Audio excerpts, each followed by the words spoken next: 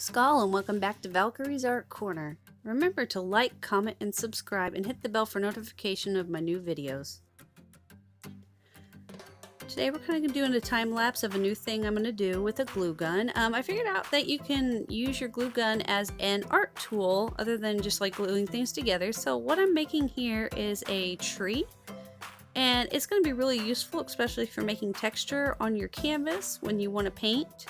To make it feel like a real tree. So this episode is going to be mostly about how to use a glue stick for like pretty much drawing, and this also is going to double as a Valentine's Day gift. So pretty much what I'm doing here is making the branches to the tree and filling in any gaps that I created to kind of give it a more bark type texture. And you'll notice as soon as we start to paint, it'll look really neat. But you'll keep just wanting to go on as much as you can, and don't be thrown off because the glue sticks that you do put in here, it's not like your typical purple and black glue sticks, will be stringy, and that's what I'm doing right here is removing the extra strings after it dries. But yeah, the reason why this is going kind of fast is, again, this is another time lapse, otherwise it would have been like 30 minutes long, to kind of give you the gist of how to do the painting. So now I'm just taking black and painting over the tree to give it a solid color. And just FYI, you can paint your backgrounds first and then do the glue stick over, or the hot glue gun over the top of it. So that way you can add more detail on the back. But today we're just going with a just a tree and some few other things that you can paint with it. So you just pretty much follow the outline of everywhere you put your glue and paint over the top of it and fill up any blanks that are exposed to make it more of a solid color. And I did another painting earlier just to kind of test it out and see how it looked, and it turned out really well. It just was more Halloweenish, so I didn't think it was appropriate since Valentine's Day is approaching. So we're going to do a more Valentine's-y kind of thing. I know it doesn't look like it right now, but you'll see what we're doing here in just a second. And then, yep. And now we have our tree. So now what we're going to do is actually draw on the canvas next to the branches some leaves.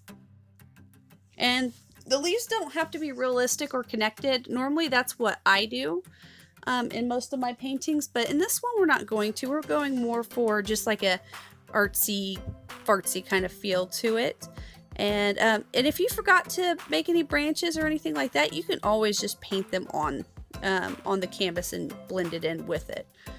So that way it kind of gives your tree some dimension. So some in the background, some in the foreground.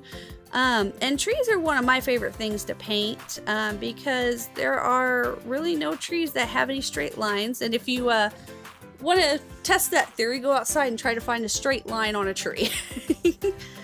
So here we're just adding as many leaves as possible without being too random, but being random enough to where it fills up the tree. And then just continue on the entire tree, leaving some space because we're going to add something else in between the leaves, and you'll see that in just a minute.